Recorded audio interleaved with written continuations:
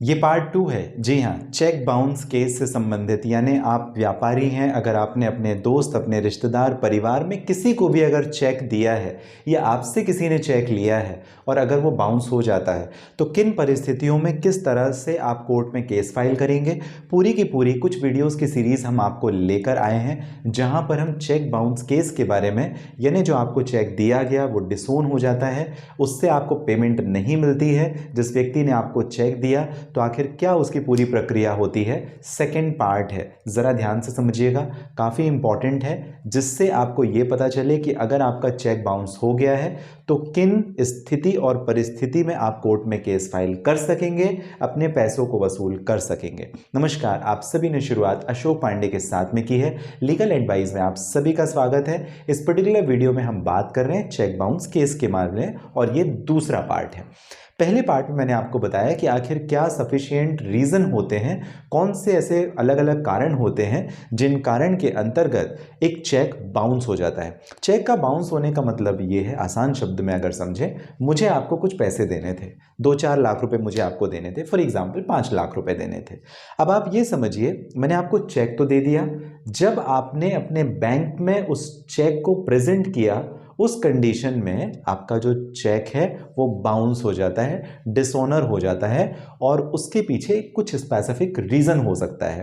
क्या रीजन? पहला, insufficient account balance, यानी मैंने आपको चेक तो दे दिया 5 लाख रुपए का, मेरे अकाउंट में 50,000 रुपए ही थे, मेरे अकाउंट में उतने पैसे ही नहीं थे जितने का मैंने आपको चेक दे दिया, तो इस कारण मैंने आपके साथ में धोखाधड़ी की और ये एक तरीके का फ्रॉड है। तो इनसफिशिएंट अकाउंट बैलेंस होने की वजह से आपका चेक डिसोन हो सकता है। दूसरा, एक्सपायर्ड वैलिडिटी ऑफ चेक।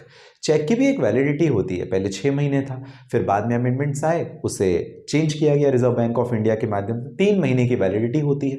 तो अगर मान लीजिए आज मैंने डेट डाली है, आज दिसंबर है, तो देखिए मार्च तक ही आप उसको इस्तेमाल कर सकेंगे। अगर आप अप्रैल में डालेंगे तो क्योंकि वो चेक की जो वैलिडिटी है वो एक्सपायर हो गई, तो इस वजह से आपको पेमेंट नहीं मिलेगा, पेमेंट नहीं मिल सकता। तीसरा एक रीजन होता है ओवर राइटिंग का।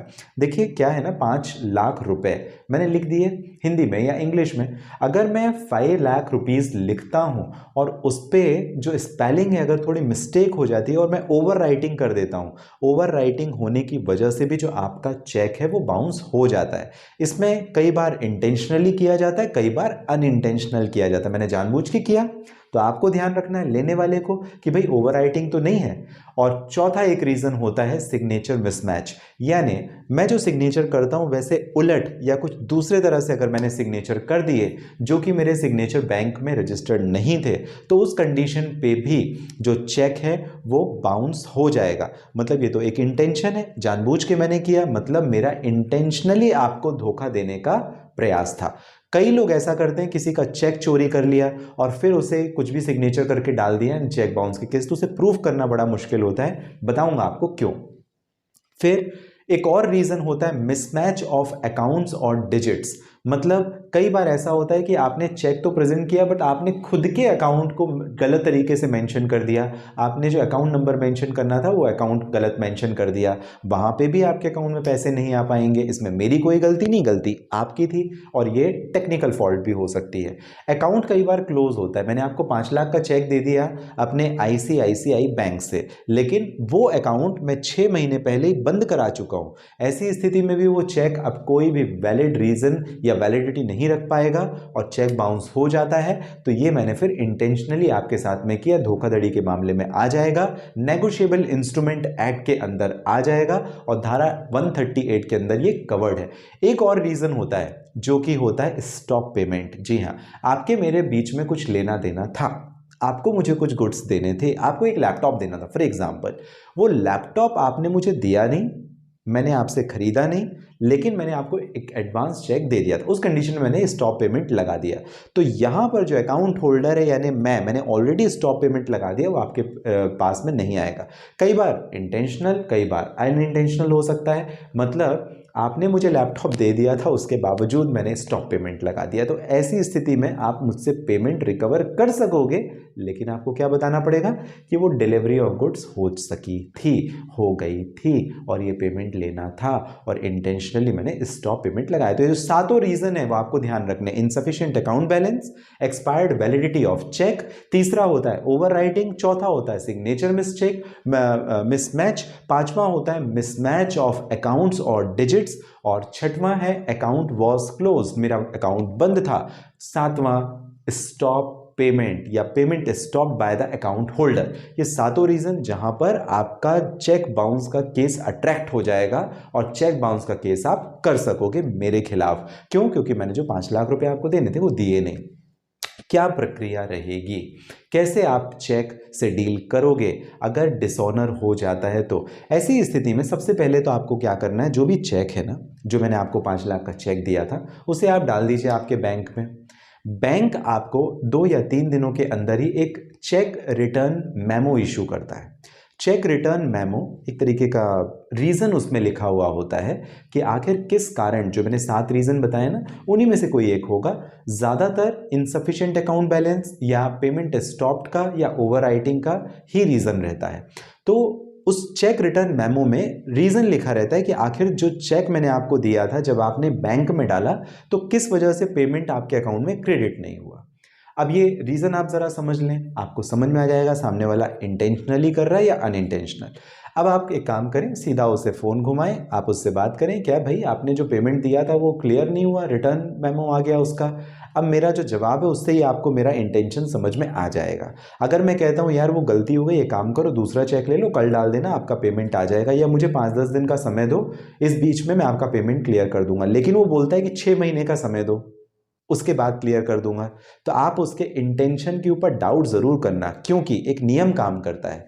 जिस दिन आपको रिटर्न मेमो यानी जो बैंक का रिटर्न मेमो, जैसे ही आपने बैंक में अपना चेक डाला, आपको एक बैंक से चेक रिटर्न मेमो पकड़ें, वकील के पास जाएं, एक लीगल नोटिस बनाएं और उसे भेज दें। यानी मैंने आपको पैसा नहीं देना, तो अब मैं बदमाशियां कर रहा हूं। अगर मैं आपको 6 महीने कहूं तो ये जो रिटर्न मेमो फिर आपके काम नहीं आएगा, उसकी एक्सपायरी हो जाएगी, उसका टाइम लैप्स हो जाएगा, और जब कोर्ट में केस आप करेंगे आपका केस कमजोर हो जाएगा। तो आपको इस बात का ध्यान रखना है कि आखिर मैं कह रहा हूं 2-4 दिन का समय दो, ठीक है, जस्टिफाइड है, रीजनेबल है, लेकिन मैं कह रहा हूं 2-4 महीनों का समय दो, तो आप ये समझ जाना अब इस चेक की तो वैलिडिटी नहीं। लीजिए आपने लीगल नोटिस भेजा, उसके बावजूद उसने आपको पेमेंट नहीं किया, ऐसी स्थिति में आपके पास 1 महीने का समय है, एग्जैक्ट 1 महीने, जिस दिन आपका वो 15 दिन लीगल नोटिस के खत्म हो रहे हैं, यानी 1 महीने from the date of dishonour, तो आप कोर्ट में कंप्लेन केस फाइल करेंगे। Negotiable instrument act under section 138 30 दिन के अंदर ही आपको करना है। अगर आप लिमिटेशन बार्ड करेंगे, परेशानी में फंसेंगे, आपका केस कमजोर होगा। 1 महीने के अंदर फ्रॉम द एक्सपायरी, जब आपका लीगल नोटिस का टाइम खत्म हो रहा है, उसके 1 महीने के अंदर कोर्ट में आपका केस सब्स्टिट्यूट हो जाना चाहिए, फाइल हो जाना चाहिए, नहीं तो आपका केस कमजोर पड़ेगा। अब इस पर्टिकुलर वीडियो में आने वाले कुछ वीडियोस और भी रहेंगे इस सीरीज में, जहां पर हम बात करेंगे आखिर सेक्शन 138 नेगोशिएबल इंस्ट्रूमेंट एक्ट में क्या प्रावधान दिए गए हैं, क्या बताया गया है। आप क्रिमिनल केस जो 138 में शुरुआत करेंगे उसकी प्रक्रिया क्या होगी। तीसरा, रीजन ऑफ डिसऑनर अलग अलग में अलग अलग क्या प्रभाव पड़ता है। नोटिस ऑफ डिसऑनर जो आप भेजते हैं क्या उसमें लिखना है और किन बातों का ध्यान रखना है वो ना लिखी जाए। कंप्लेन बिफोर मैजिस्ट्रेट जो आप करोगे, यानी कोर्ट में जो आप अपनी शिकायत याचिका दायर करोगे, कंप्लेन पिटीशन डालोगे 138 में नेगोशिएबल इंस्ट्रूमेंट एक्ट के, उसमें किस बातों का आपको ध्यान रखना है, किन बातों की सावधानी रखनी है। प्रिजम्पशंस क्या है कंप्लेनेंट के यानी शिकायतकर्ता के फेवर में क्या क्या प्रिजम्पशंस हैं उसके बारे में बात करेंगे। और क्या शुरुआती तौर पे जैसे आपसे मुझे 5 लाख रुपए लेने थे, तो क्या इंटरिम कंपनसेशन भी कोर्ट अवॉर्ड कर सकती है क्या, कि कोर्ट मुझे कहे कि भाई ठीक है तुम्हारा 5 लाख का चेक था ना, चलो 1 लाख रुपए जमा करो। क्या ऐसा भी हो सकता है, इंटरिम कंपनसेशन भी हो सकता है। और कैसे ट्रायल की प्रक्रिया होती है पूरी बात हम करेंगे छोड़ के मत जाइएगा। इस सीरीज को तीसरा पार्ट जरूर देखिएगा, आपके बहुत काम आने वाला है अगर आप समझना चाहते हैं cheque bounce negotiable instrument act की पूरी प्रक्रिया। आपको इस पर्टिकुलर वीडियो में दी गई जानकारी अगर पसंद आई हो, लाइक, सब्सक्राइब और जुड़ जाए हमारे चैनल के साथ सब्सक्राइब करने के बाद। और अगर डायरेक्टली करना चाहते हैं बात, इस वीडियो के डिस्क्रिप्शन में डिटेल है, लिंक है, जहां से डायरेक्टली आपकी और मेरी हो जाएगी बात। मिलेंगे अगले वीडियो में। आप सभी स्वस्थ और सुरक्षित रहें।